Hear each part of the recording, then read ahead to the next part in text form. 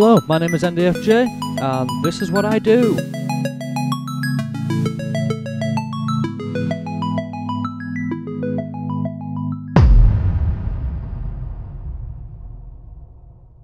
Disclaimer: if you have any issues with anything you've created following my tutorials, please leave them in a comment or send me a message.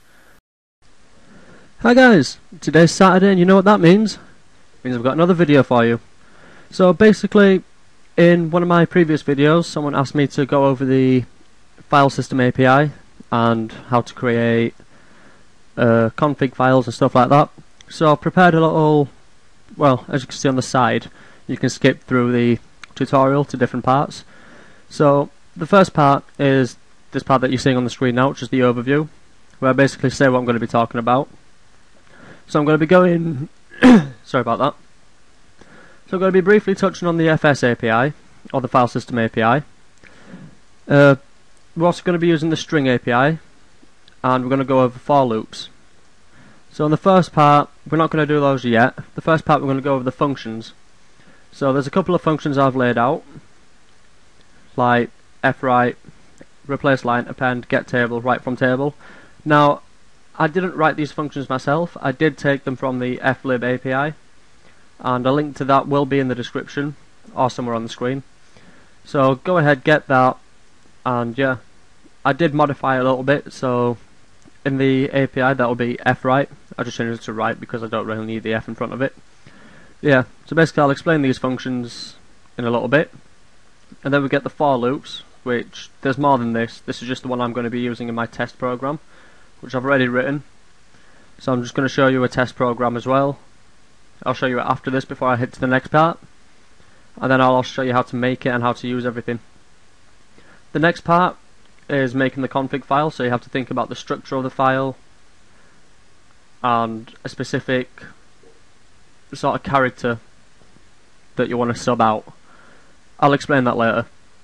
And then I'm going to go over reading and writing data to the config file, so you can replace a value, stuff like that. So yeah, let's get on to the first part. Well, not yet. We'll get on to the first part after I show you this. So basically, this is my test program, which all the information is read from a config file. So basically, it's just like this. Nice background, stuff like that. Click that to change the background, so it's all in here. So it's backgrounds, and then grass block is another picture I've got, and it just changes the background for you. So that's pretty much all there is to that, and I've also created a custom terminate, so it just does that instead of saying terminated across the screen, because that annoys me. But yeah, so to the first part.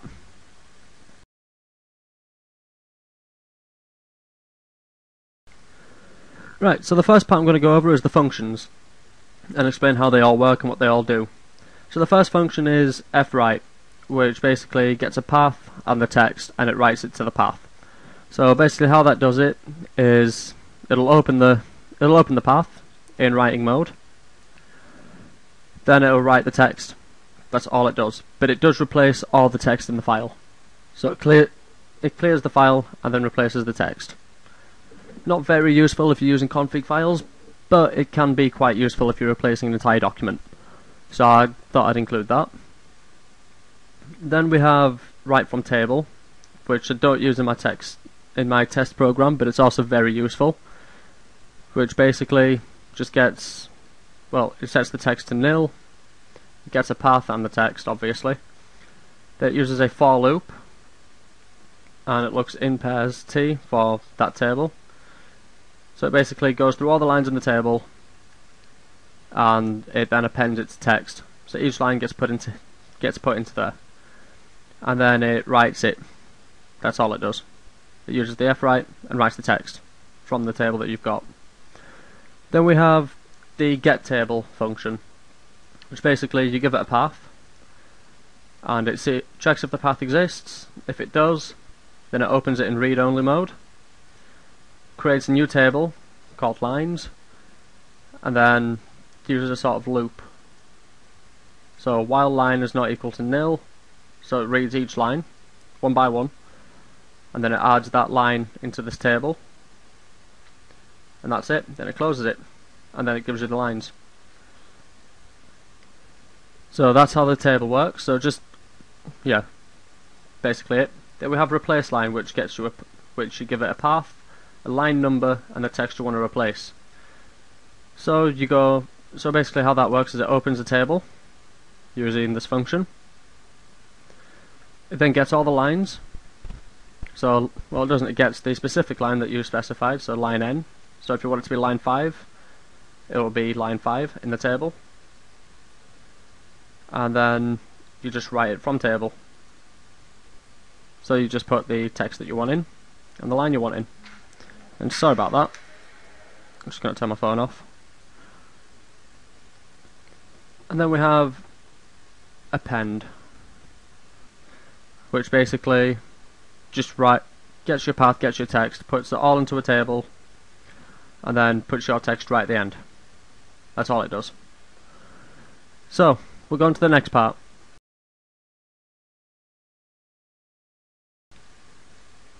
So, the next part we're going to go over is config files.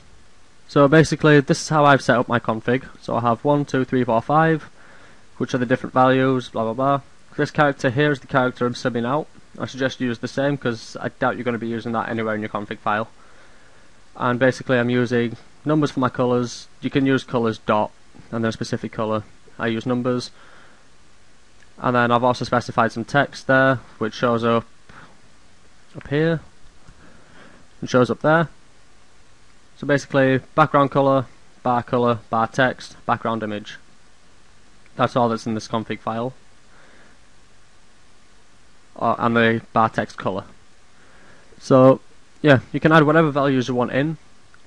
So that's basically a simple structure for a config file. Easy to read, easy to change, easy to do whatever you want with. So I'm going to show you the code for the text program.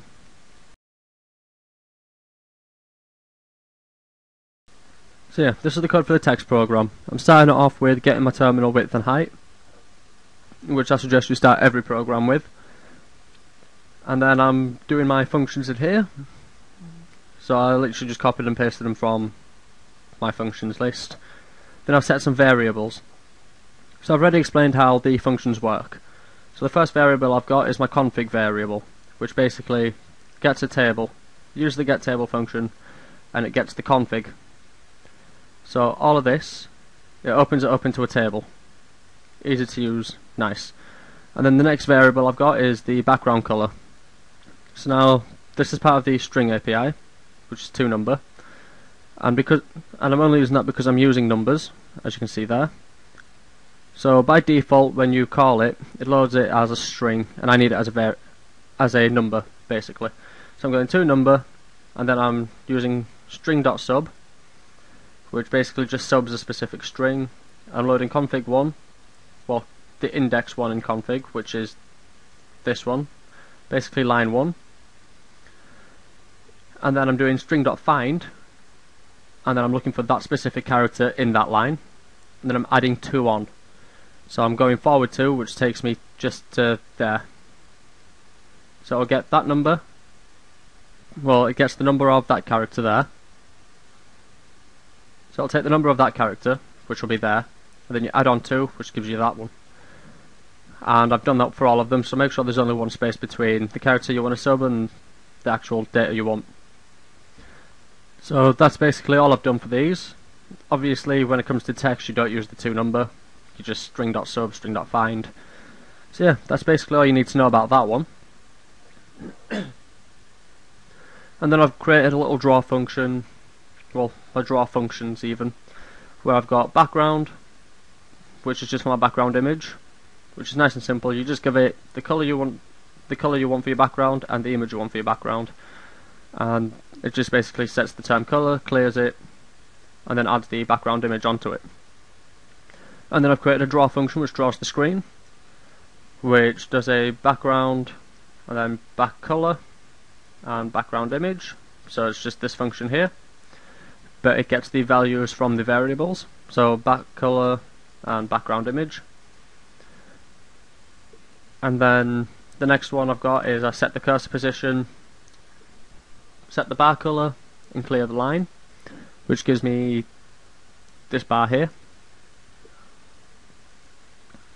and then I've got the set cursor position math.floor, which is the math API, which I forgot to mention. But yeah, so math.floor, and then it's width, which I defined up here.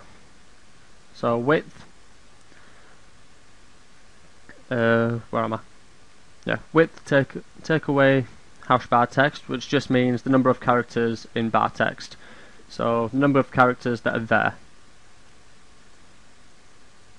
And then, so it's just that length of the string, and then you divide that by 2, which will center the text, and then you just set your Y position, which I've got as 1, and then I've set my background color, well, my text color even, and I've written that string, that value.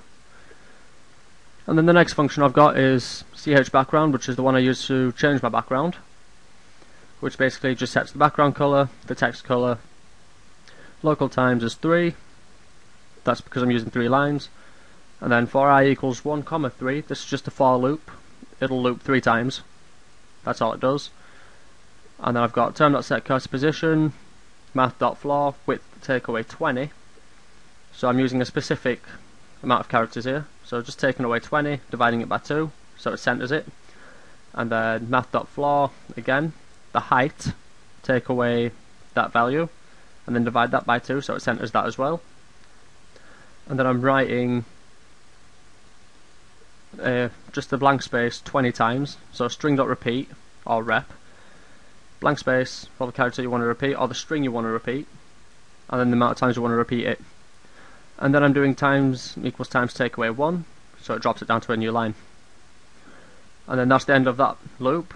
The next one, I'm setting my cursor position again, and this I'm setting my cursor position again, but to the second thing that this does, so it'll be at the top, and then I'm saying bg equals read, so background equals read, so it comes up with a text input box, and then this basically just checks if what you've typed in exists, so the file you want to use as your background, checks if it exists. If it doesn't, then it just returns nil, but if it does, it changes the background to the background you want and replaces the line. So it'll load up the config file,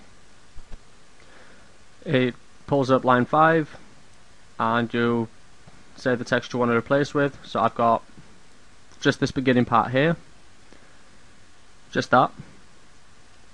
So I want to make sure I keep adding that in, and then I've concatenated bg, which is the input you've put in.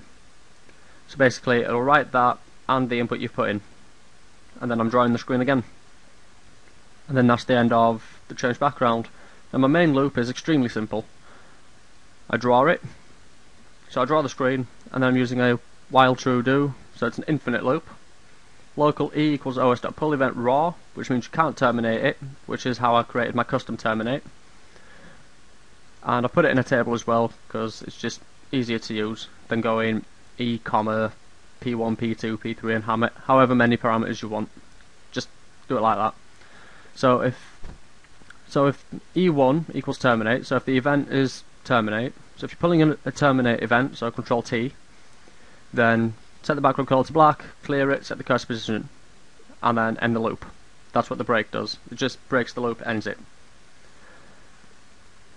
So that's my custom terminate, and then I have if e1, so if the first event is a mouse click event, then if e2 equals 1, so if the mouse button equals 1, so if it's left click, then if e3, so if the x position is math.floor, width take away bar text, which you should already know what that does because I've already explained it, divided by 2, and the exact same thing over here, but at the end we're adding on the amount of characters in the bar text, which allows you to click anywhere from there to there.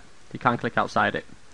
So yeah, that's all that does, and that's going to give me nil because I've just saved it as nil, which is fine. I'll fix that later. I need to add a thing in here though. So where's this? Search background. Or if bg equals nil, then.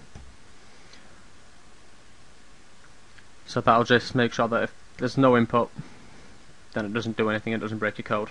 Then I've got if e4, so the y position equals 1, then do this, change background. So it loads up this, and allows you to input all your information into there, and if you haven't clicked there, then just draw the screen. That's all it does. So from config, I just need to go fs backgrounds grass block, and I'm just going to test this just to make sure I haven't actually broken it. Yes, I have. 84 unexpected symbol. Where's 84? Ah, that's why. Or background equals nil then. Right. So, test program. Just see. Yeah, it's just broken. So, note to self, don't do stuff like that. Which I don't understand. It shouldn't be doing that. Anyway, I'm going to figure this out right now. Right, I'm back, and I've got this figured out. Basically, all I had to do was put if hash bg, so if the number of characters in background is less than 1, so if it's an empty thing, then do nothing, just draw the screen. So basically that works now, so if I go like that, and just press enter, it doesn't do a damn thing. So yeah, that's basically all it is to that. I've shown you how it all works, I've shown you all this stuff. I'll be putting all this online as well, so you can download this entire thing, learn from it yourself, and do what you want with it. So yeah, that's basically it. I hope you enjoyed this video, I hope you found it useful, and I hope I explained a few things to you and how to use them. I'm NDFJ, this is Computercraft Basics. Make sure to like the video and subscribe to my channel if you want more Computercraft tutorials. And that's pretty much it. Also, go ahead and subscribe to the Push to Play channel, which is a gaming channel that me and my friend Chris do. We do loads of different games there, so make sure to go subscribe to that if you like gaming videos and stuff like that. We also do a lot of Minecraft on there, so yeah. Anyway, I hope you all have an amazing week, day, month of your life, and I shall see you on Saturday. Also, just before I go, I'm just going to say that I'm nearly on 300 subscribers, and either next Saturday or when I reach 300 subscribers, whichever one comes first, I'm going to be releasing the latest alpha version of NDF UI, and I'll give you a quick little view of what that looks like now. So I'm just going to get rid of that. New advanced computer 0. This is what it looks like now. So you can change the background image straight from the desktop. And basically, you just put your image that you want, well, an image that you want to use as a background, into the backgrounds folder, which is here. Documents, pictures, wallpapers. You just put them in there. So that's all there is to that. But yeah, so this is NDF UI as it is at the moment. I do have a login script, but I've got it turned off at the moment. I'll just Explorer. No. .var. .sys. Open with. Edit. Auto login false. And then if I just restart. So I have this. And basically, the way I've made this is you can change this, so you can have your own picture in there. You can also change this and have your own drawing there. I'm going to make it so you can customize the entire layout apart from that, because that needs to stay. That's the NDF UI logo. But yeah, anyway, I'm NDFJ. I hope you found this useful, and I will see you on Saturday. Bye!